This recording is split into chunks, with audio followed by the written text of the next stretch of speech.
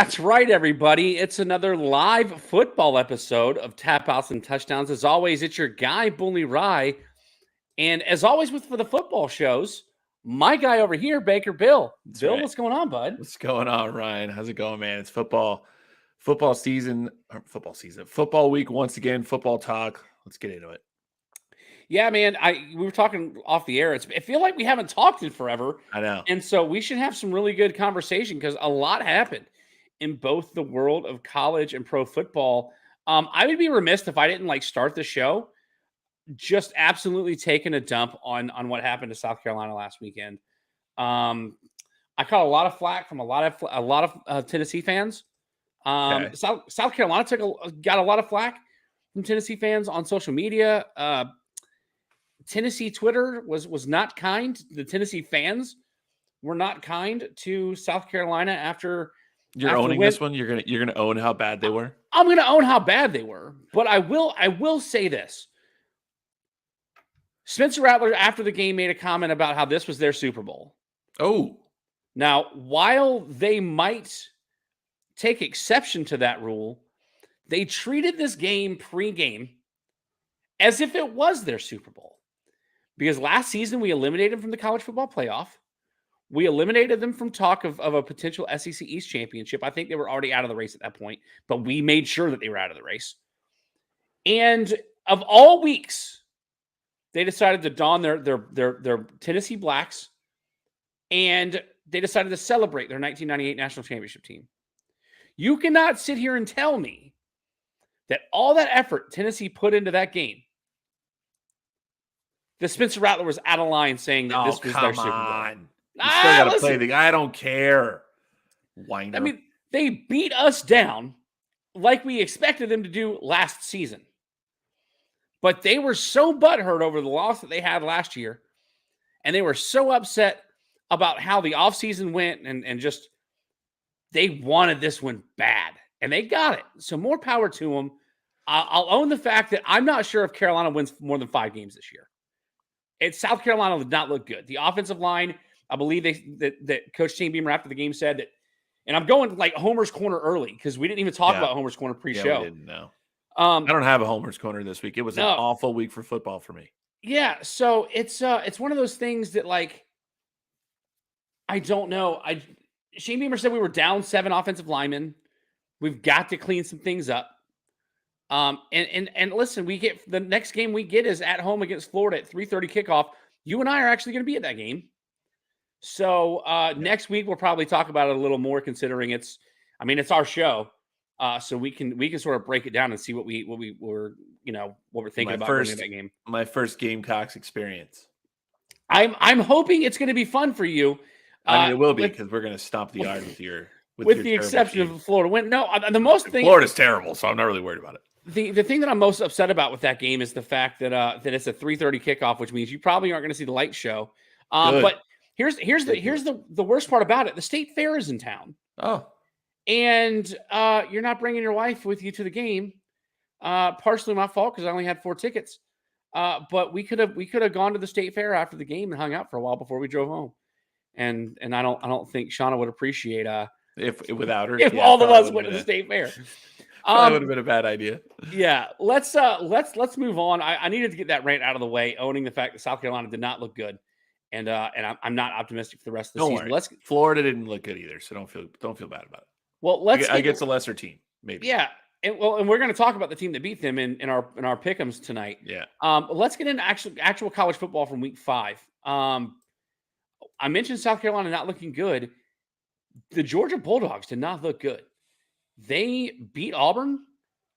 They actually won 27-20 on the road at Auburn. They trailed South Carolina, this bad South Carolina team that I keep talking about, 14-3 at halftime. Now they won that game. 27. I forgot what the final score was. They only won by 10. South Carolina covered the spread. Bill, is Georgia the number 1 team in the country right now? Yes. Yeah, I think honestly, I felt a little bit better about their quarterback situation after the game against Auburn. Their defense didn't play all that well. They gave up points. But yeah, I think until they get beat, Georgia continues to be the number 1 team. I don't think anybody else has proven anything else yet. Michigan's not really doing it. Ohio State's not. Ohio State beat Notre Dame, but then Notre Dame struggled this week. So yeah, I don't know. I just, again, I think that's what I love about college football is you go through the entire season trying to match everything up, and it's like this team beat this team and this team beat this team, and it only matters when they come head to head. So until somebody takes down Georgia, they're the number one team in the country. Well, I mean, you mentioned Notre Dame looking bad. I think that's more of an attribution to the fact that Duke might be better than people Is a pretty think good they team, are. yeah. Pretty good team. I mean, yeah, but still, I mean, we expected Notre Dame to be a real team, like a real contender. Do you consider Duke to be a real contender? I don't think so. I don't even think if you feel like they're good, they're still not. So you would have thought that Notre Dame would have gone in there and beat them, 34-17 or something like that. That game wasn't like that. It's 10-0 at halftime. So, and that was with the Duke's quarterback getting injured too. So, I mean, it's I just don't think that we know yet, but like I said, I just still think that you're waiting on these teams to kind of settle it out between themselves. And right now, Georgia, it doesn't look like they're going to get beat by anybody in the SEC. Alabama's down. Auburn had their shot. That didn't happen. LSU doesn't look good. Tennessee lost to Florida, and Florida looked terrible this week. So was Kentucky going to beat Georgia? Yeah, probably not. Real quick in the chat, Mama Frick coming in. Hey, guys. Hey, Mama Frick. Listen, if you're coming to watch us join live, make sure you leave comments wherever it is you're watching, whether it's facebook.com/tapouts&touchdowns, Twitter @tapouts&TDs, or YouTube. Leave a comment wherever you are. We'll read it on the air, and we'll get some interaction here and let you join the conversation with us. Now, moving on from Georgia, we're going to go to another team that is considered one of the best in college football, and that's the University of Southern California. We expected them to blow out the Colorado Buffaloes the way that Oregon did the week before. And Colorado, sort of a stunning score here, comes back, scores 14 unanswered in the fourth quarter, does not recover the onside kick late. Southern Cal holds on to win 48-41. Bill, we talked about the fact that Oregon brought Colorado sort of back down a peg with the blowout win the week prior. Right. What do you make of this Colorado team sort of hanging tough when it looked like all was lost? Colorado did not give up and came back. What do you make of this showing by Colorado? Couple of things. They showed some heart, right? Shedeur Sanders put up some numbers again. Finally, now we actually saw the offense work since it really hasn't worked since the first game of the season. I think the reality is Oregon is probably a better team than USC. At least it looks like that right now. USC had issues with defense last year. That was their problem with Utah. Mm-hmm. That looks like that's continuing. They have a very good offense. Caleb Williams, obviously fantastic, but gave up 41 points to Colorado that put up 6 against Oregon last week. Now, granted, it was in Boulder, so it's going to make a difference. There's a lot of energy in that crowd, and they're still having a really good time, even though Colorado doesn't look as good as they did. But I think right now we're seeing the Pac-12 start to fight that out. We're seeing head-to-head matchups happen, and I tell you what, USC Oregon's going to be pretty fun. So, yeah, but Colorado, I'm glad that the offense finally got rolling again. Yeah, it was sort of exciting to see, considering that we had sort of written off Colorado after that loss to Oregon, and we sort of said, well, this is going to be a long season. Do they make a bowl after this? And I think the idea that Colorado was able to make it at least look like a game in the box score is pretty encouraging for them.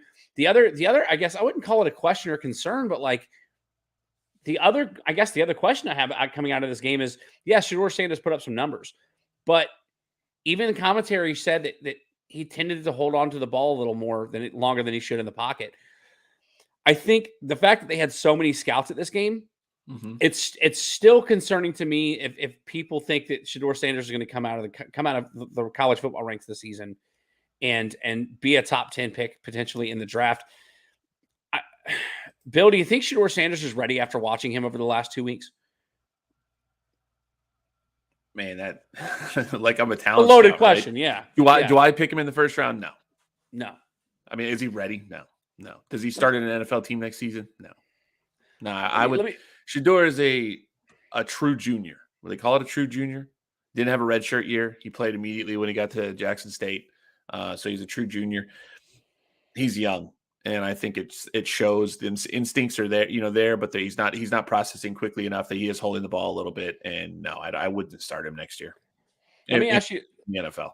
I'm going to ask you a bigger hypothetical. If he shows some growth this season, let's say he shows growth next season, he's able to get rid of it a little quicker. Do you think he's a better NFL future quarterback than Anthony Richardson? Ooh, I don't think he's yeah, right. Yeah. Yeah. Anthony Richardson, I think, has surprised both of us. I think we've had that Yes. conversation that he has definitely surprised both of us. I I'm mean, starting we him knew this he week. was oof. Yeah, I know. We knew he was a physical beast, right? We knew that.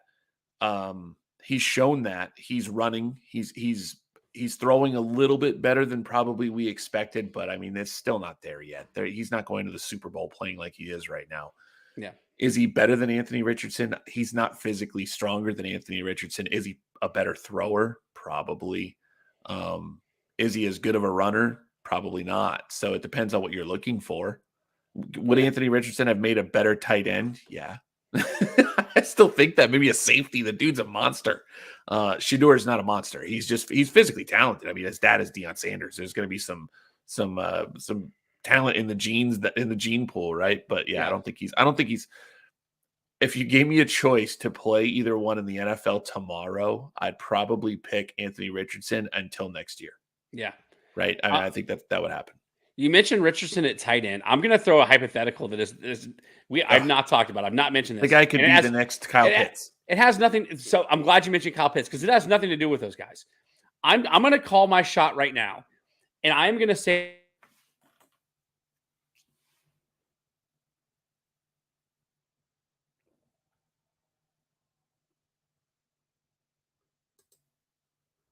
Uh-oh. We have internet problems at Ryan's house.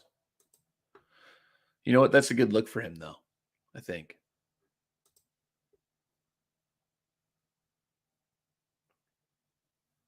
I mean, it might. He's holding the stream, so I don't know how that's still working.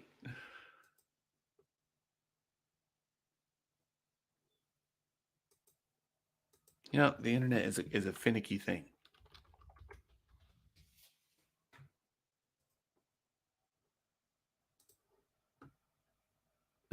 What's up, Pedro? What's going on, man? Yeah, I don't know. Ryan's got. What should we say he's saying right there? Oh, now I'm alone. It actually died. I don't know how that's even possible.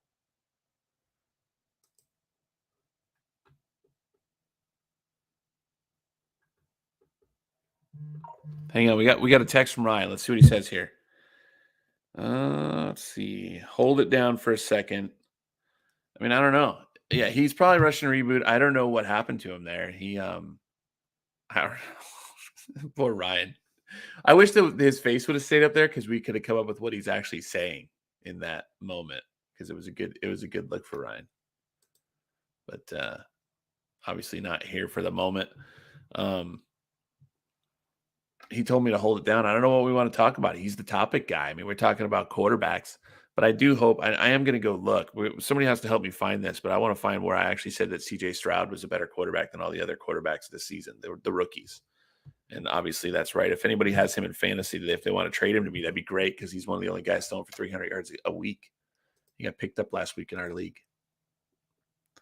I wonder how long it takes his stuff to reboot. Pedro, do you have CJ? I need CJ in our league. We don't even talk about our league. We actually have a Tap Outs and Touchdowns fantasy league in here. And we've got a guy that's 4-0. Let's see if I can find it really quick here.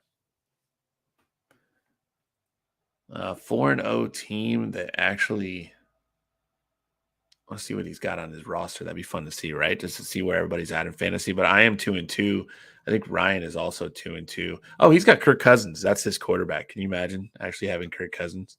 Alvin Kamara, Kyron Williams, like those are not good players. Raheem Mostert, Jameson Williams. Yeah, it's not a good team, and he's 4-0. So I guess that's, you never know. Aaron Rodgers on IR. Well, everybody has that. Why would you still have him on IR? Like, what would be the point of that? I don't know why. Oh, yeah. Brock Purdy's fine, but Joe Burrow. So, Pedro, what is wrong with Joe Burrow this season? What is going on there in Cincinnati that he can't figure out all of a sudden? He's playing like he did as a sophomore at Ohio State. Yeah, right. Not possible. You don't come back from an Achilles, and he's older, so I don't know if he's ever going to come back from an Achilles. That's brutal. I think Dolphins had an Achilles injury to one of their cornerbacks last year, Nick Needham, and he's still not back. Oh, there we go. Ryan We are back, Ryan. You're just not. Burrow is, I know he's hurt, but what's the problem? Like, it still doesn't make any sense. He's still having a hard time. I know that he's hurt, but the guy can throw. So why is he just completely off? Is it that much of a situation? Wouldn't you just put him down for a bit here and play the backup or AJ McCarron? It's ridiculous that he's actually still in the games. If you guys are joining us here on Facebook or YouTube, actually, I wonder if it's even still working on YouTube. Ryan had some technical difficulties at his house, and he froze with a really cool face for a moment. We got to watch that for a little bit, and he disappeared. So he's scared. He's scared. We're saying Joe Burrow's scared? Oh, good point. He might be because of the money. I'd be a weird guy though. He seems to be pretty arrogant. I feel like he's pretty confident in his abilities.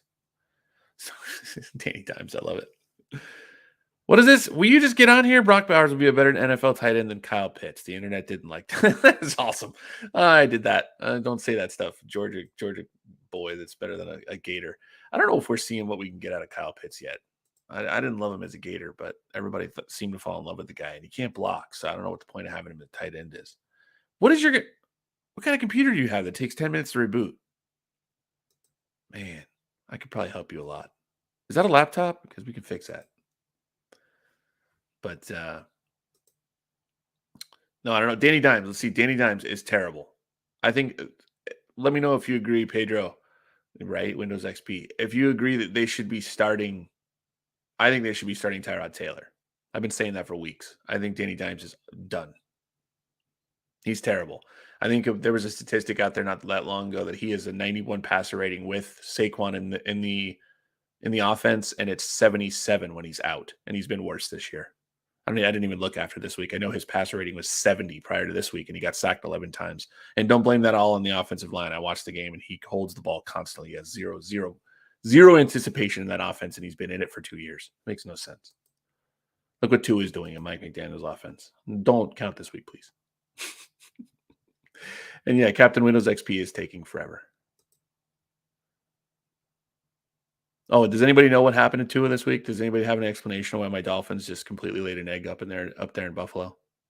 Because I do, but I've watched a lot of video on it. I watch a lot of breakdowns. If you watch Brian Baldinger, look that guy up. He's nuts. Really, really good breakdowns. I'm trying to see.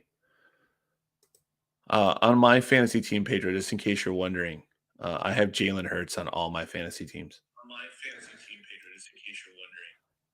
Were you watching? You probably enjoyed it. Yeah, this will be the most interesting show that I was just reading comments. Pedro's keeping me going, man. I appreciate it. Listen, I appreciate everybody for holding down the show. Totally. While my Windows XP computer we gotta help crashed. you. I gotta get you helped out somehow. We gotta figure. I'm a computer guy. Like that's what I do for a living. So why have I not helped you get a computer that doesn't freeze and then takes 13 minutes to restart? That's a very good question. It wasn't quite 13 because I think we were on we were about 10 minutes, so a little less. Say it again. 10. Let's go back into Kyle Pitts being a worse tight end than Brock Bowers and see if the internet hates you the second time. I'm gonna call it here. I truly believe, like with the mouth open again, like that's.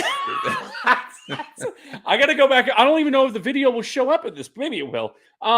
Listen, I'm gonna say it one time because well, that's good to know. So the idea to me is you mentioned Anthony Richardson being a tight end. I wanted to say this on the show this week. I think that Brock Bowers will wind up a better and more productive NFL tight end than Kyle Pitts. I think that poor Kyle Pitts is stuck in a terrible offense in Atlanta. And I at this point, I mean, you got Jonnu Smith catching passes for Atlanta. Yeah. So I know we were still on college football talk, but you mentioned colleges. You mentioned we were talking about tight ends. I wanted to bring that up. Let me get back to where we left off. We got a couple more college things I think we're going to skip through because of the technical difficulties that I had to deal with. Me too. I had to deal with them too, Ryan. I feel so bad that talk about nothing. Like, hey, what are we going with? I don't know. What are we doing? I don't like. I'm thinking about like I could go into the next topic that you want to talk about, but you're bouncing around. Like you didn't keep them in order for what you wanted to talk to me about. You're right. So I'm like, I don't know what I want to do here. Totally my fault. Let's. We're gonna skip over. We were gonna do our top 6 teams in college football. We can do it quickly. We can do it quickly. All right, give me your top 6 teams in college football. All right, Georgia, Michigan, Texas, Washington, Ohio State, Penn State. in that order? I've got the same teams in a different order. I got Michigan, Texas, Georgia, Washington, Ohio State, Oregon. Okay, so you don't feel that Georgia is the number 1 team in the I country? don't feel it. I Yeah, to think that answer the until they question, get beat, they're still the number 1. The team that I'm scared of is Washington, just because of one guy, Michael Penix Jr. That guy makes me nervous, and I watch him play, and I'm like, dang. I watched him play. Wasn't he at Indiana to start his career? And he was super young, believe clearly, so. because I feel like he's been in the NFL as long as Katie's been alive. But I mean, he's been around a long time, and that dude looks for real this season. I honestly think he could win the Heisman. Yeah, I mean, listen, at this point, I mean, Shedeur Sanders was in the talk for it. Caleb Williams was in the talk for it. Yeah, I don't Penix see why he Jr. can't come out and win it. Yeah. Yeah. Let's go over to NFL talk because the NFL Week 4 came and went. I recorded my show, the Carolina Panthers, the Cat Cave, earlier this week, and brought the discussion about when will the Carolina Panthers win their first game in 2023, and I actually pulled out the schedule. The next 3 weeks, they're at the Lions, they're at the Miami Dolphins. So the next 2 weeks, the Carolina Panthers get to get beat up by my team and your team before they go on to a bye and then take on the AFC South Texans and Colts. And they get the Bears in week 10. No. There's a very high possibility that they could go into that game into the Bears. They could go winless for the season. I mean, do you really think they don't win a game this year? All right, I'll look really quick because I have to see their entire schedule, but they look awful right now. Yeah, I mean, so we talked about it on the show. First of all, they get the Bears, which to me is their first truly winnable game on the schedule, which is crazy because they get we talked about C.J. Stroud earlier off the air. They get C.J. Stroud and then Anthony Richardson back to back. So if Bryce Young gets beat by both of those quarterbacks, there's going to be questions to be had. Their first winnable game is at Chicago. Nah, the first winnable game is the Colts. You really think so? Yeah, I think they could beat the Colts. Then you got the Cowboys. You're at the Titans. No chance. You get the Bucks twice, and the Bucks for chance. some reason look good with Baker Mayfield at quarterback. They've already lost to the Saints once. Now they have to go to New Orleans. They've lost to the Falcons. They get the Falcons at home, and then they play the Packers and Jags before closing out with that second game against the Bucks. What's a realistic record for the Carolina Panthers? You think they'll win 2 games? Yeah, and we both had them with. I think I had them with 7. I had them winning the division. I look like a moron. Well, I mean, it's another day of the week. Just another day. It's no big deal. Listen, you're starting to come off like bully Bill instead of I'm just kidding. You said it yourself, man. I didn't. No, say it. They're just way worse. I said C.J. Stroud was going to struggle early in the season, and he is. Do we see anything that makes us excited about him getting any better in the second half? I don't see it. No, I don't see it. Pedro thinks that they've got a chance to beat the Saints if Jameis is going to play quarterback for New Orleans. Listen, I truly believe if their offensive line doesn't get any better, because something that I brought up on the Cat Cave last night or when I recorded it was that Miles Sanders had, I believe he was 2.6, 2.9 yards per carry in week 3. Chuba Hubbard was the leading rusher in this game that they lost to the Vikings on Sunday. 14 carries, 41 yards. Averaging 2.9 yards per carry. Miles Sanders averaged 1.9 yards per carry. I don't care if you're Barry Sanders. Yeah. I don't care if you're Peyton Manning. Behind that offensive line, the Panthers are not going to do much this year. No. And I don't care who they have coming back from injury. I don't care what pieces you're going to put around them. I don't see the Panthers winning more than 4 games this year. If that. They could very wind up being the second team in NFL history to go winless and the first team to go 0-17 or 0-17. Yep. I guess it's bad. You look at it, they're at the Bears and you're calling that a winnable game, and the Bears were really good last week. They lost and they were playing a terrible defense, but they were really good last week. The Broncos have the worst defense in the NFL. Yes. I mean, they gave up 35 fantasy points to Justin Fields. And I was playing him in one of my leagues. Thanks, Denver. They also released Randy Gregory this week. Makes sense of that, but and I've heard that it's the scheme thing, and he didn't fit the scheme. And Sean Payton is, whatever. Maybe he'll start paying his players to hurt people, and they'll get better. We'll see. Well, let's go out of order then, because we're talking. We've talked Broncos, we've talked Bears. I'm going to throw a curveball at you again. We were originally going to talk about Bengals next. Let's talk about the Chicago Bears. Chicago Bears. That's so cool, right? That's so cool. currently have. So all right, so fill me in. You got the headline up there. You want to say it for the podcast, I guess. Yeah. But, The Chicago Bears currently sit in position to have both the number 1 and number 2 overall pick in the 2024 draft, thanks to the Carolina Panthers trading for Bryce Young in the 2023 draft. That's it. Okay. I was going to say, how do they have both? One of them is them. Who is the other one? Can they hold on to him? Heck yes. Carolina's terrible. And Chicago's terrible. And Chicago's terrible. Okay. I think a better question is, so do we think yes? Could they do it? Yes, right? We both agree. It's possible. Yeah. What are the odds? We don't know. But what do they do with that pick? I think they take both of them. They do what Houston did. They get somebody on defense, somebody on offense, and they build around them. They do what Houston did by getting Stroud and then getting Will Anderson. That's my point, though. Do they go quarterback? Ooh, that's a good question. Yeah, see, that's more fun. Do you believe in I guess it matters what Justin Fields does the rest of the season. I don't believe in Justin Fields. I feel like we're watching The Dark Knight. I believe in Harvey Dent. I don't believe in Justin Fields.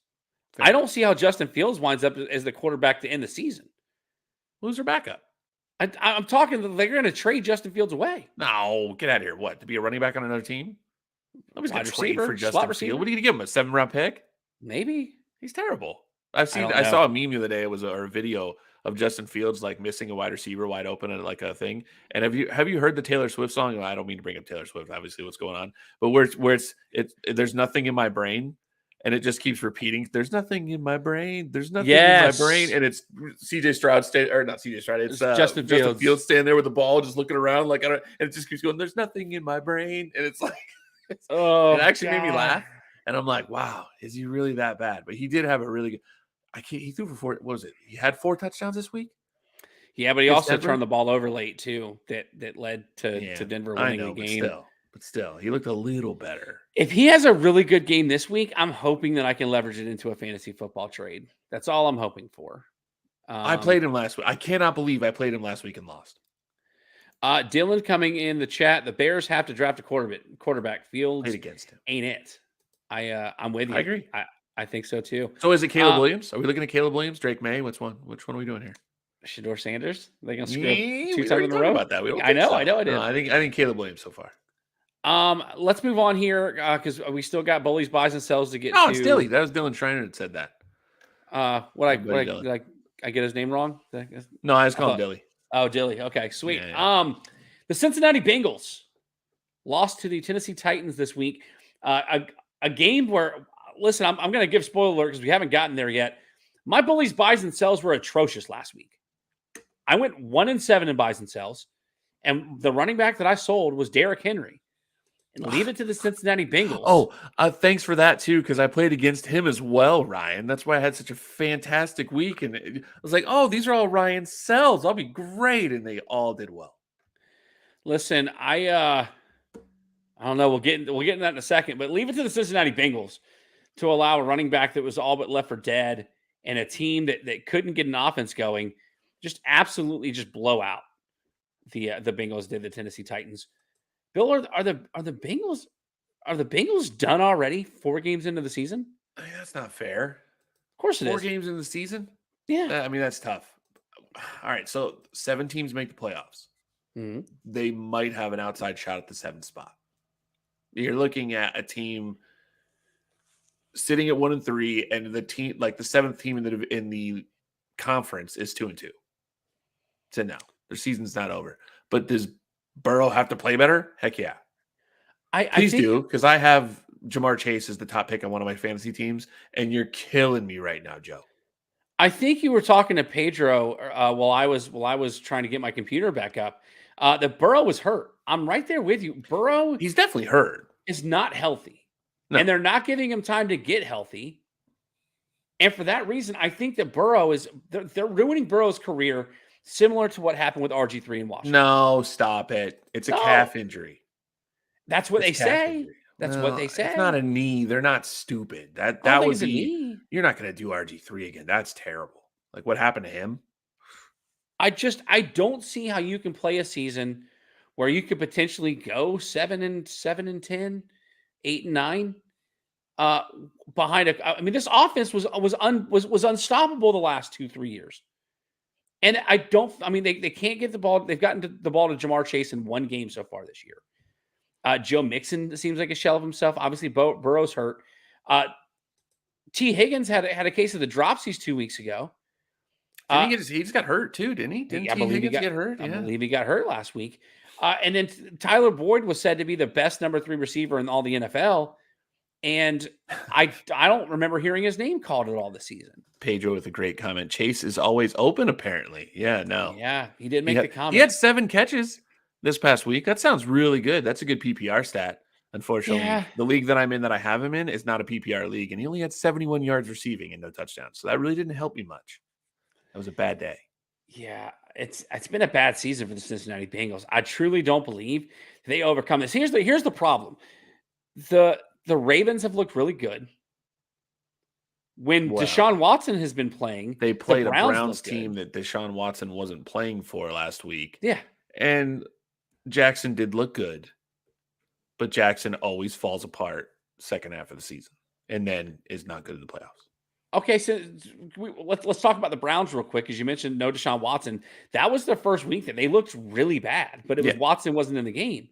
But they played with some guy that I don't even, with Dorian Thompson or something. What is his name? He's like a rookie, I think. It's part of the reason why my Amari Cooper pick last week in my Bullies buys did not go so well for me. Why would he have been healthy and benched? Was he getting a massage? Like what happened? That's too funny. No, either way, he was hurt. This is in the old days. He was hurt. He didn't play. Oh, he was allegedly healthy. Allegedly. Like, no way. No way he sat down. Either way, he didn't play last week, and the Browns got annihilated. That'd break his contract. The Steelers do not look good, and Kenny Pickett got hurt last week. Yeah, with a knee injury. I don't think it was anything serious, but I don't expect him to play this week. As well as, as far as Mitchell Trubisky's, it's not a good division. It's not a good division. No.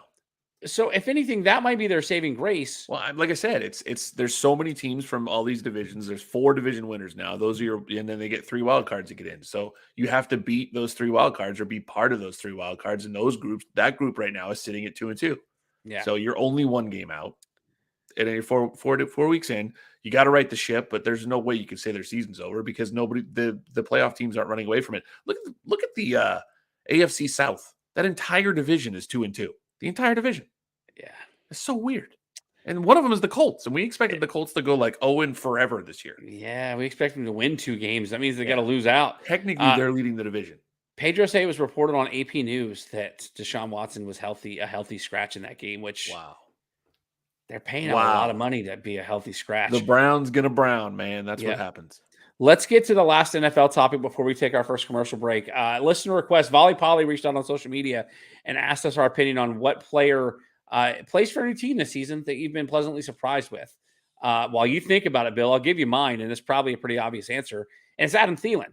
He was sort of written off in Minnesota.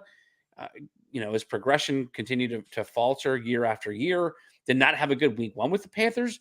But if there's been one consistent in this offense, it's been Adam Thielen's ability to go out and get open and to catch balls. He's been a PPR. I wouldn't say a PPR killer, but he's definitely been a productive fantasy player from a PPR standpoint. So I'm going to take my pleasant surprise, new face in a new place is Adam Thielen.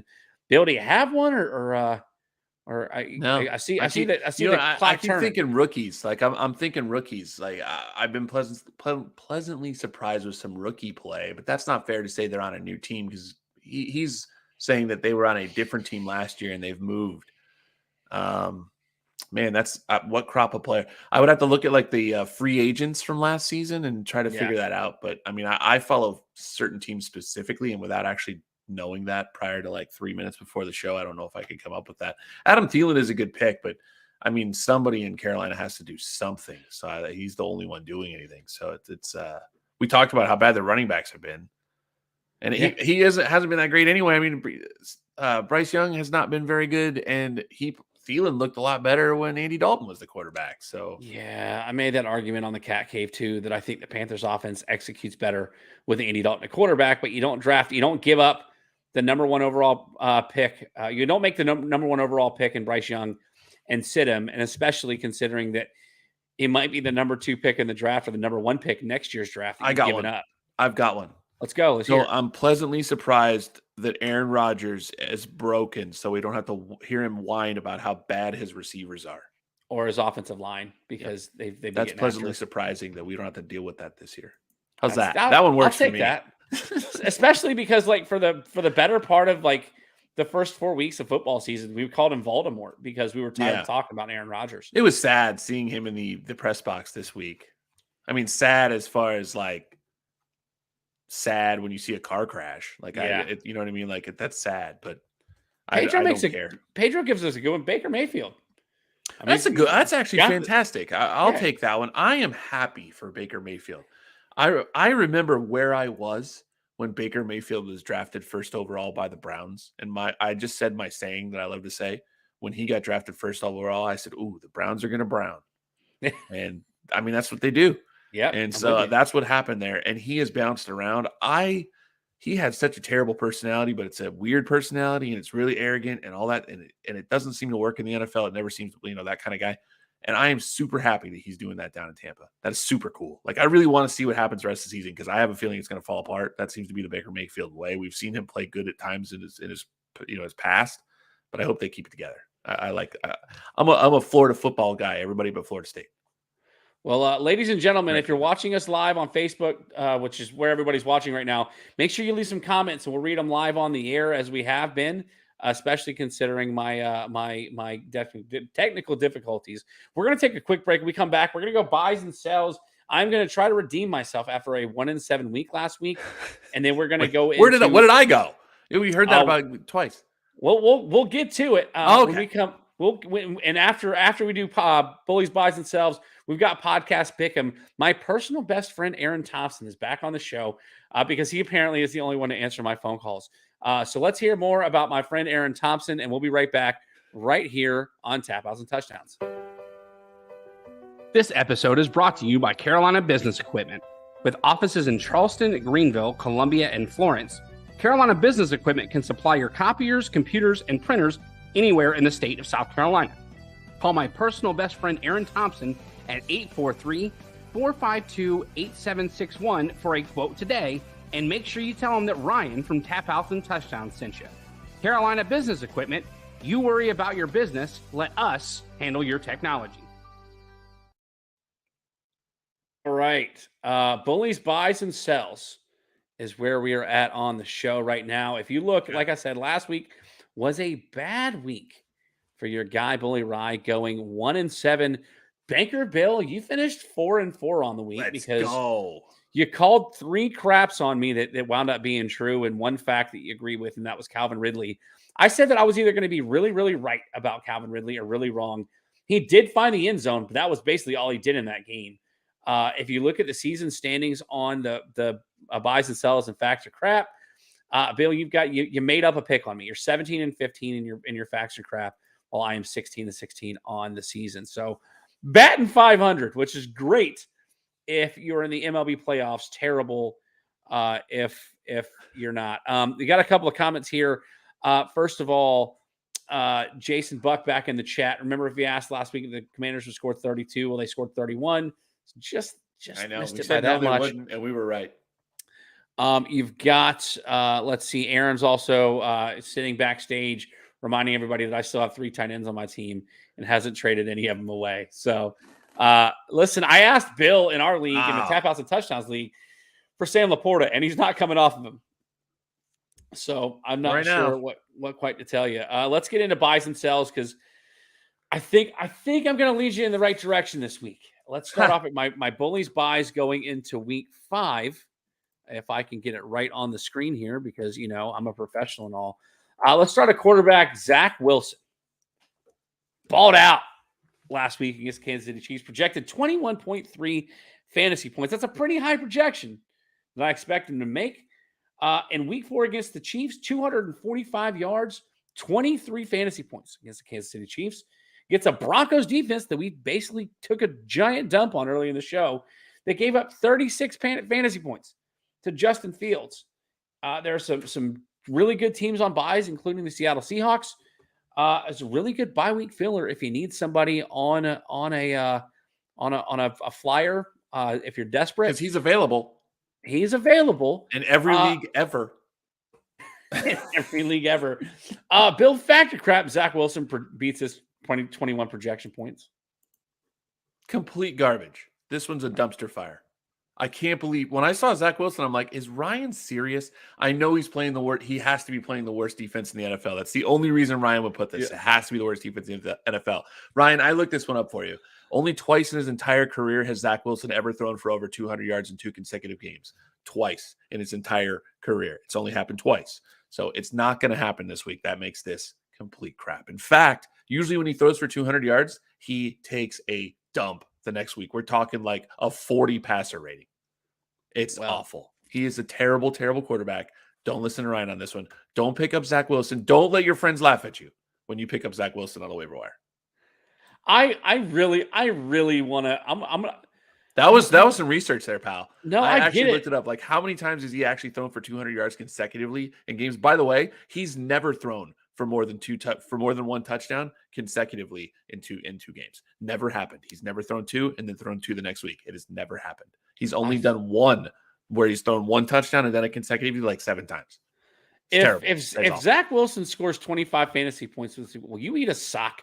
Because that's what I want. Eat a sock next week? I want you to put it on a plate high enough where the camera can see it. I want you to eat it with a fork and knife. Listen, he still doesn't become a viable fantasy option, even if he scores 25 points. No, he's terrible. He's terrible. Don't pick him up.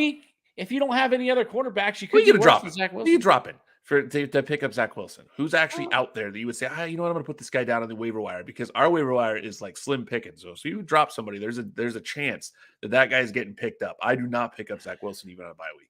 You better have a quarterback on your team that you're back up. Zach Wilson isn't going to be it. Well, I would take 25 fantasy points. He scores 15. I would take 25 from Zach Wilson over like the 14 that Tua got me last week. That team stinks. Well, nevertheless, all right, let's go to running back here because you took a steaming dump on that Zach Wilson pick. 100%. Let's see if you take a dump on this one because I think you're gonna like this pick, Bill. Devin Achane. Man, you gave me no choice here. Yeah, 15.9 points projected. Listen, it's the old fool me once routine, right? No. If you didn't start him before he dropped 54 points in week 3, hopefully you started him for his encore 28-point performance in week 4. I did it against the Bills. Against the Bills on the road. Yeah, I did it in 2 leagues. The third week, I still won big, and I didn't start Achane, and I didn't start the Seahawks defense that had like 29 fantasy points, and I still won big in that game.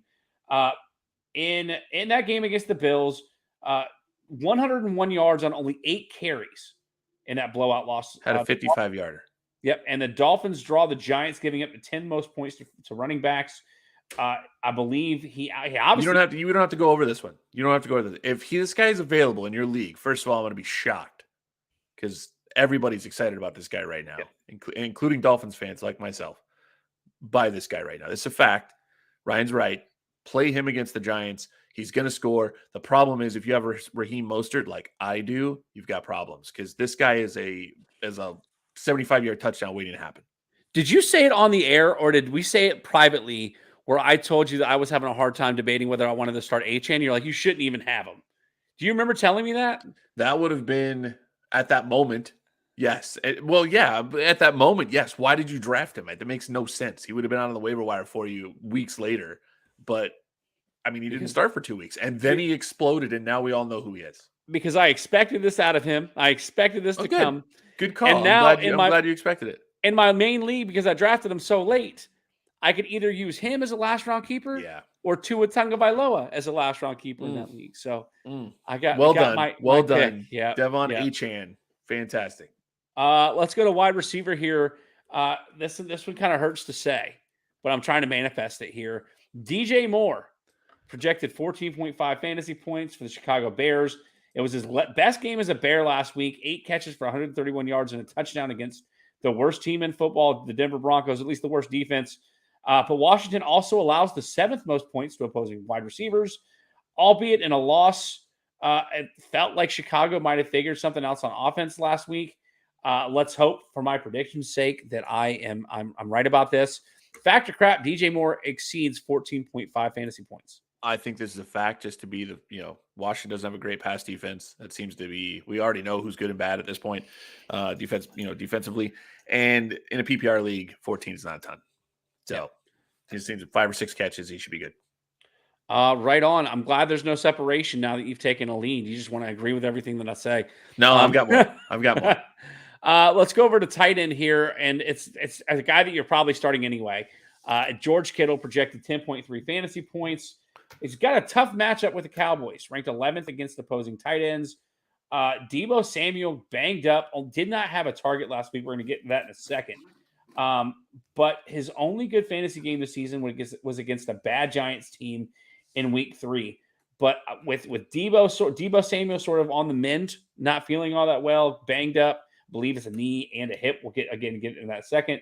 I think they've got to get Kittle involved early and often in the toughest matchup for the 49ers so far this season. Bill, what say you? George Kittle, 10.3 fantasy points. I say crap. He's only done that once this season, and it was the one that I told you that he was going to, and you thought he was a sell that week, and I was right and you were wrong. I think the option of Deebo being out is worse than it's not about the fact that they don't have anybody else to throw the ball to. It's about the fact that now they can take Kittle away, and then an only option becomes Ayuk. So, or McCaffrey, obviously. But yeah, I think not having Deebo in the lineup causes less of an opportunity for Kittle to get open. So I call this one crap. All right, some separation. So hopefully Kittle finds the end zone this week. And that's what hurts me. These are so low that if they get a touchdown just out of nowhere, then I'm done. Boom, low hanging fruit, baby. Although that hasn't happened all the season, so I'm one game up. Well, let's look over to Bully Sells, since we're going late because of my 13-minute technology delay. Yeah, I'm trying to hurry. No, you're good, man. I don't want you to hurry. This is good conversation, and we need to have it because there's some people depending on us to win their fantasy games this week. At least I would like to think so. Let's go to the quarterback that I'm selling this week, and it's Detroit Lions quarterback Jared Goff, projected 17.8 fantasy points.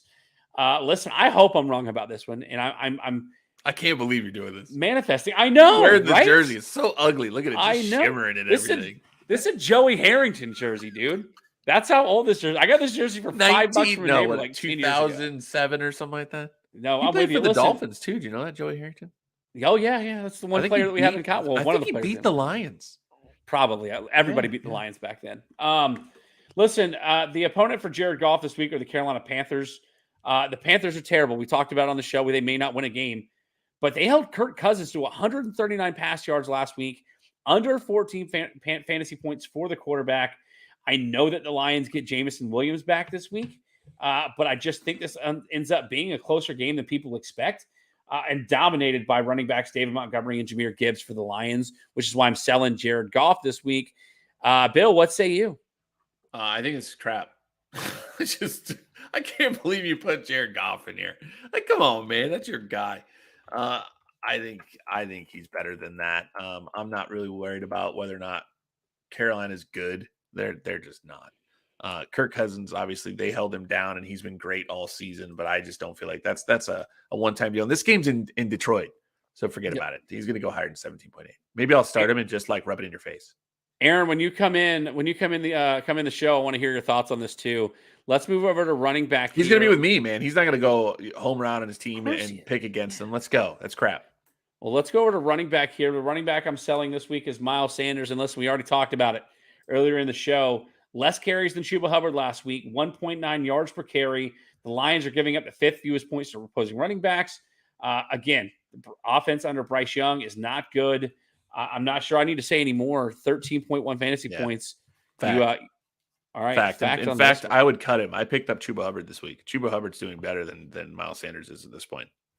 Yeah, I feel like when Bryce is in the game, Chuba Hubbard's even more involved in the pass game. He looks more athletic at this point. Chuba Hubbard's a young guy. He's a little bit younger than Miles Sanders, and I think second year? I think Chuba Hubbard is. He's been in a little bit longer, third year maybe. But he looks quicker. He was better last week. He had more carries last week. I would probably even consider dropping Miles Sanders at this point. I don't know who would pick him up. I wouldn't. I'm gonna hold out hope, but I'm bad almost offensive line, man. What are you gonna get out of him? Do you feel good starting him at any point? I don't like dropping a starting running back on I an NFL know roster. he was a good running back last year. He has not been this year, and he wasn't really that great any time before that. So Well, the injury waiting to happen. the wide receiver I'm selling this week also has played a little running back in the NFL, and he didn't want to. He wants to play wide receiver, but I'm selling him this week. And you talk about my guy. That's my guy, Deebo Samuel, projected 15.9 fantasy points. It's not a knee and a hip. It's a knee and a rib injury. Wasn't targeted at all in last week's game against Arizona. And now, again, the San Francisco 49ers get their first real challenge against the Cowboys. Now, granted, the Cowboys haven't played anybody all that terrific this year, even though they lost to the Cardinals. The Cowboys are allowing the second fewest of points to opposing running backs. If there was a week to get cute and bench your star, this is it with Deebo Samuel. Bill Factor Crap, 15.9 points, the under on Deebo Samuel. Let's also not forget the Cowboys are missing Trayvon Diggs, who obviously is going to hurt. It did last week. Sure. But yeah, I don't like Deebo in this game. I don't think the Cowboys are legit. That defense is terrifying, and they're scoring. They probably outscore most of the other players on my team. I think 2 out of the 4 weeks this week. So, yeah, I don't play Deebo this week. He's also questionable, and he's still listed as questionable. So we've seen guys get dropped. Eckler was one of the ones that you picked that was low hanging fruit, and I feel like this is another one. So just be real careful with Deebo this week. I love me that low hanging fruit. Yeah, you do. Give me all the berries and grapes. A homer and low hanging fruit, like Ryan is all over it. Look at all the homer picks everywhere on these buys and sells. Like he's got the sells are Goff, his favorite football team. Miles Sanders, the guy that was on his favorite football team last year. Deebo Samuel's favorite is a Gamecock, and Evan Ingram. I don't know why you're doing this one, but that's going to be your next one at your tight end here. Yeah. I just did a little bit of foreshadowing to let everybody know that Evan Ingram is crap this week. It's totally okay. Pedro wants to come in and say the offense sucks, but Dallas defense is phenomenal. Yes, exactly. Which is, I believe, why he's got him on his fantasy team. Yeah, as well. Yeah, spoiler alert. Bill dropped my tight end self this week. Boom! Evan Look Ingram at that. Projected 10.2 fantasy points. The Bills, who are playing the Jags this week, ranked second against opposing tight ends. And despite meeting this projection all but one time this season, the Bills looked strong last week. I don't think it bodes well for Ingram and company. Bill, you said you're crapping on this too. You think he's going to? No, this one's fact. This one's absolutely fact. Jacksonville is terrible on offense. They did not play great last week. They just played a bad team, and they are in Buffalo this week. And you saw what Buffalo did to Miami. That was a beating, and that was the best offense in the NFL. They scored 20 points. I don't see Jacksonville doing a whole lot this week, and I don't think Evan Ingram's going to get in the end zone. So sell this one. This is a fact. Yeah, it's like the Bills watched Miami drop 70 on the Broncos and said that's cute. Oh yeah, they were out for blood in that game, and it was impressive. I don't think that means anything right now. It's a game. They're both 3-1. They'll see each other again. Let's see what happens in December. I'm with you.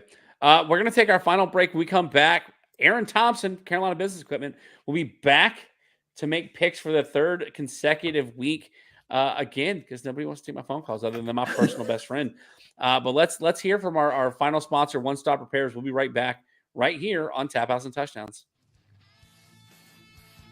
Established in 2008, One Stop Repairs in North Charleston, South Carolina, is your one-stop shop for all of your electronic repair needs.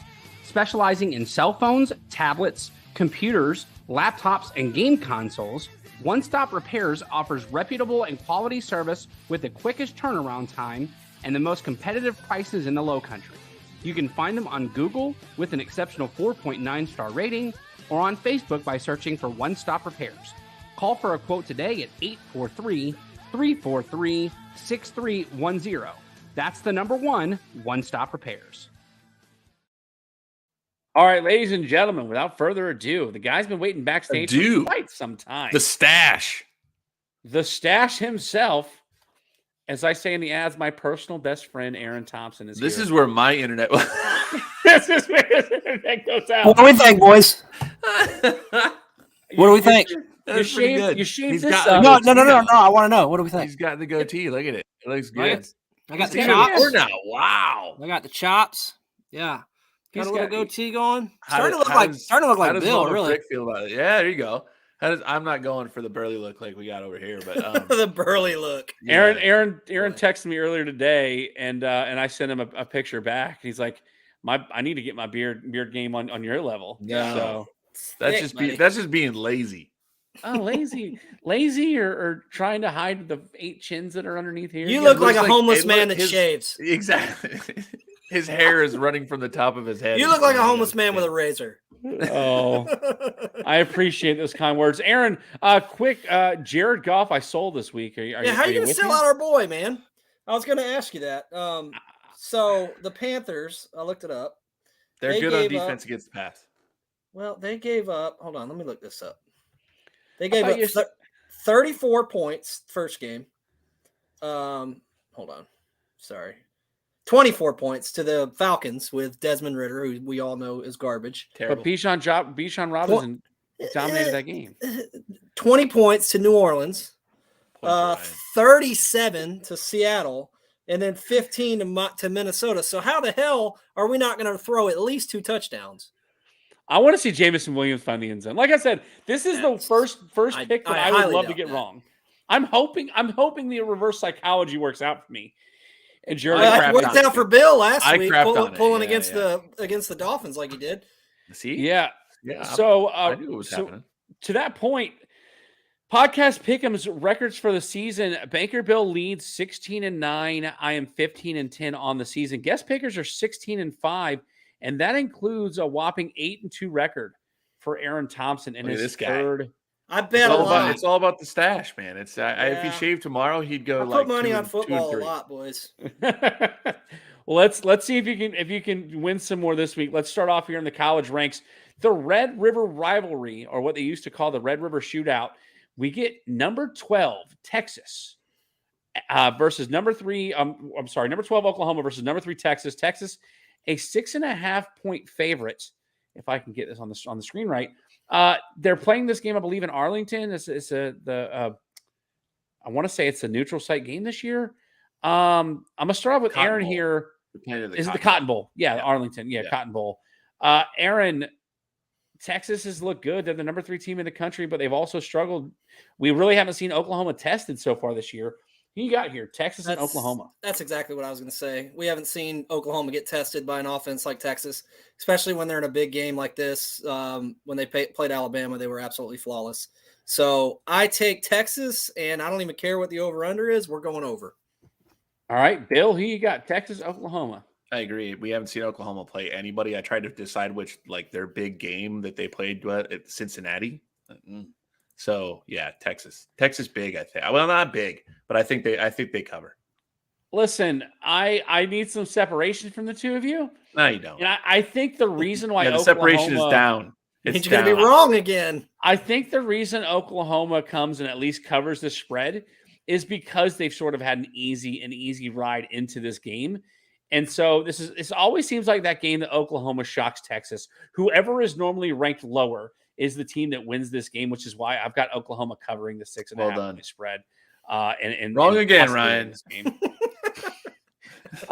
I love you guys. Let's go over to the SEC. The last 3 two, tight ends. last Hey, he's two a power football team. Well, okay. It's not the last 2 undefeated, but two of the 3 undefeated teams in the SEC going at it.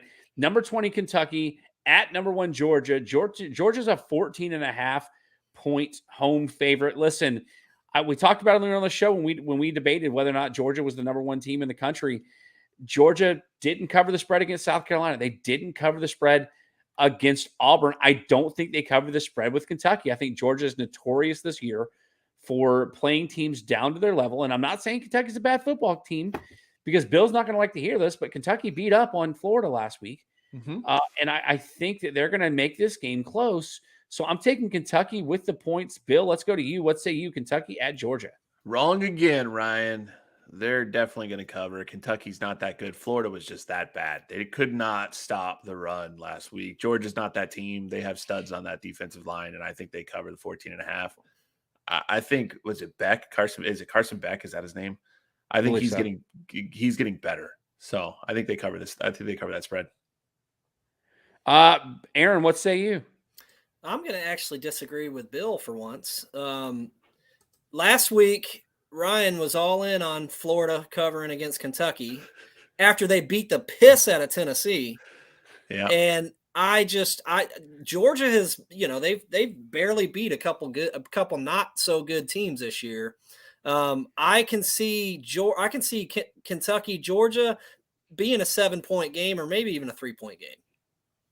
So Aaron's taking Kentucky. Absolutely. Riding the blue train with me. On Georgia's field. Oof. Yep. Yeah. They South beat Carolina led Vanderbilt 14-3 at 45-28 Georgia the week at before. halftime. I mean, I'm just saying. Dude, South Carolina led Georgia 14-3 at Georgia at halftime.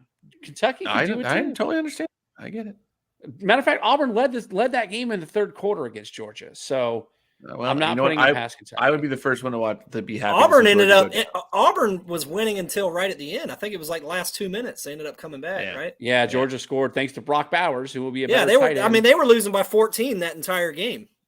Yeah, Yep. George Bowers will be a better tight end than Kyle Georgia Pitts. is not as good as everyone thinks. And the computer didn't freeze me saying that again, so we're in good shape. All right, let's go to the NFL ranks here. Sunday, 1:00 kickoff. The Carolina Panthers travel to the Detroit Lions. Listen, there weren't a lot of really good games in the NFL that I wanted to talk about. That spread. There Look were at some that NFL big spread. spreads. Yeah. And the Lions are a 9.5-point favorite. I never would have expected at any point in my lifetime to see the Detroit Lions a 9.5-point favorite. Aaron, I'm gonna go back to you here as the other resident Lion fan here, because since we're both wearing our black Lions hats tonight, and he's going Pistons. Aaron, will the Lions cover this 9.5-point spread against the Panthers? Yes, we win by 10 or more. And I'm not saying this just as a Lions fan. I'm saying this as Bryce Young has not seen a defensive line like what we have. We're a top 5 defense against the run. I really think Aiden Hutchinson's going to be in his ass the entire game. And he's not going to know what to do. So I can see it a low-scoring game, but the Lions are definitely going to cover. Can't wait to hear Tony Romo say that. Aiden Hutchinson's in his ass. Like, he's in his ass. Yeah. This might be the most profane football show we've ever done. No, I'm with you didn't read my comment out loud. Absolutely. No, listen. I think told him to eat a sock. Son of a gun. Listen, the Lions the Panthers are giving up like 4 or 5 sacks a game. So I'm right there with you.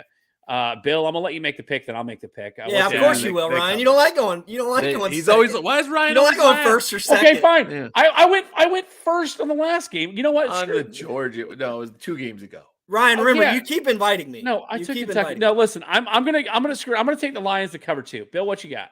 They cover Lions. All right, so it's right across the board. So it's not like I'm trying to steal that one to get separation from y'all. Let's go to another 1:00 kickoff. I'm gonna let Bill start us off here because this Dolphins, after getting beat by the Bills, spread? 47 cover. Daniel The Jones. Dolphins cover 47. I wish your dad was in here. Your dad's a spread? Giants fan, and the Dolphins are an 11-point favorite at home against the Dolphins or against the Giants this week. Come on, Vegas. Are you serious? Is there anybody going to bet on the Giants covering the 11? Seahawks and Giants were a pick 'em. Bill, I'm guessing you're going to take the Dolphins to cover this 11-point spread. If the spread was 24, I'd take the Dolphins on this one. The Dolphins are covering this all day. Aaron, what say you? I agree. Yeah, put that across the board. The Dolphins are going to cover that spread. And then finally, Sunday Night Football, probably the best game of the weekend here. The Dallas Cowboys at the San Francisco 49ers. Cowboys 1 loss on the season. Niners undefeated, a home 3.5-point favorite. Bill mentioned earlier in the show, no Trayvon Diggs for the Dallas Cowboys. Deebo Samuel may not play in this game. But the Cowboys nevertheless have a pretty good defense, if that's fair to say. Bill, I'm gonna let you start us off here again. What say you, Cowboys at Niners? Niners 3.5-point favorite at home. Why am I always going first, Ryan? Aaron, would you like to go first? No, Aaron, I'd love to go first. I swear, I try to mix it up, and you guys. No, I'll take this one. It's your show, and you don't even want to go I first. honestly think the Niners cover this 3.5 at home. No, that's the only reason. It's a Sunday Night Football game, so I think they cover it. Yeah, listen, I'm going to take the 49ers as well. I just think, listen, if Dallas can lose on the road to Arizona, I think they can lose on the road That's what I was to going San to say. Francisco. And not to mention Sunday Night Football, I don't think Dak's going to do well under the pressure of big time prime time. He's not 0-7 in prime time games like Daniel Jones is, but he's definitely played. Can we flex the Dolphins game? Can we flex the Dolphins game to Sunday night, please? That would be awesome. Then the spread could be like 92. Pedro comes in and says that 49ers cover that easy. Purdy going to torch the Dallas D. Yes. He's Wait, wasn't he benching just Dallas's saying that the defense this Dallas weekend. D was like the best in the league? What's he saying? Yeah, they are. They've been the best Come fantasy. on, league Pedro, for make up your fantasy. mind, bud. I know. Uh, This week he's going 49ers. We said Dallas D is phenomenal, and now you're saying he's Aaron- going to torch them. Aaron, did you say the 49ers are going to? Oh yeah, we're going across the board, boys. And I was going to use the exact same what Ryan said. If you're going to lose to the Arizona Cardinals, you are a fake good team. I dig it. You know, they did beat the hell out of the Giants. We all know the Giants are just absolute garbage, and I think West Ashley High School, where I went to school, could beat the Giants right now. And yeah, Ryan went to school there too. I can see the 49ers winning this big. Well, that puts us all in consensus for I think all but the Texas. No, the Georgia had some. Let's go. some Let's go. separation too. Oh, I can't say it. I almost said it. I can't say it. Hey, how did we all almost do said it. last week? You didn't even say how we all did. I said the overall record, know- but if you I if know you really want to go there, I missed the Bill game because the Miami Dolphins. yeah, screwed me. You're Aaron, welcome. Aaron and Bill both went 4-1 last week. I went 3-2. Let's I go. lost the Dolphins. That ain't in Utah. bad. No, What I do the week before that? I think you were 4-1. you're I 4-1 told that you week. Yeah, 8-2. you're 8-2. So yeah. Yeah. So I bet football, boys. I'm getting into my wheelhouse now. Now that we realize what the teams look like, this is when I start really Well, making listen, That's right. That's right. If anybody else will answer my calls and take up the challenge that Aaron's taken, we're gonna have I believe Matt Buck has agreed to do the show next week. Oh, I thought you were get- going to say Make Joe things. Buck. I was like, yes, Joe we Buck, Joe Buck. Wait, Yeah. no, We have made it. Matthew Berry will be here next Joe week. Buck, Troy Joe Aikman. Buck and Troy Aikman will be here on the show next week. Yeah. And now I'm going to get sued by Fox for falsely advertising. They're going to be here. Aaron, we're going to let you go, man. Appreciate you staying with us through all the other football talk, and appreciate you making picks There it again is. this week. Appreciate you having And, me, boys. And we'll I'll we'll be. see you next I'm going to week, be in town next weekend, as Ryan knows. Bill, I better meet you. So Cool. Yeah, done. we'll get together. All right, Sounds boys. good. Aaron, Yeah. thanks again. We'll see you next time. Oh, All right, he's Bill. got it like bam, like see ya. All right, Bill. You said you didn't have a Homer's Corner this week. I don't have one. Football was awful. I do, and it has nothing to do with football related. I'm gonna talk postseason baseball. The Atlanta Braves secured home field advantage throughout the MLB postseason, and they got their first round bye. They await the winner of the Phillies Marlins, who should have had first pitch about an hour ago by the time we started recording this game. I probably could have honestly caught a little bit while my computer was resetting. Can I help you? I'll help you. Good. Continue talking. I'm super excited about this year's postseason. The Braves, I think, were the best team in baseball, and I think everybody saw that. Ronald Acuna, the first ever 40-70 guy in baseball history, 40 home runs, 70 steals. I can't believe that there are experts talking about how Mookie Betts will win the MVP over Ronald Acuna. I think that would be criminal if that happens. But apparently the Braves, to avoid the lull that they hit last postseason where they lost to the Phillies because they were sort of All right, pitch rusty. clock's up, man. Pitch clock is up. We got to go. I'm You just kidding. you can go. This is my Homer's Corner. I can do what I want. I think I'm really excited. They've been doing some scrimmages to keep everybody fresh. So I'm really excited to see my Atlanta Braves in the postseason. All right, you ready? Yeah, let's go. Let's hear it. Phillies lead the Marlins in the bottom of the fourth, 2-0. All So right. that would be probably your matchup. It's going to be the Phillies. Well, a rematch from last year's NLDS, in which the Braves lost, but they're out for revenge because they had a good year last year. Oh. And listen, the top 3 payrolls in baseball did not make the postseason this year. Let's not talk about that, please. I'm going to talk about it. The Padres, the Mets that are always going to Met, and the New York Yankees. Now the Yankees, I'm gonna give Yankees a pass because all their guys were hurt. Like their entire starting lineup was on IR. They brought up like this prospect that is going to be the next big thing, and he goes down. Like somebody was putting something in the water in New York, at least for We the know Yankees. what's in the water in New York. It's called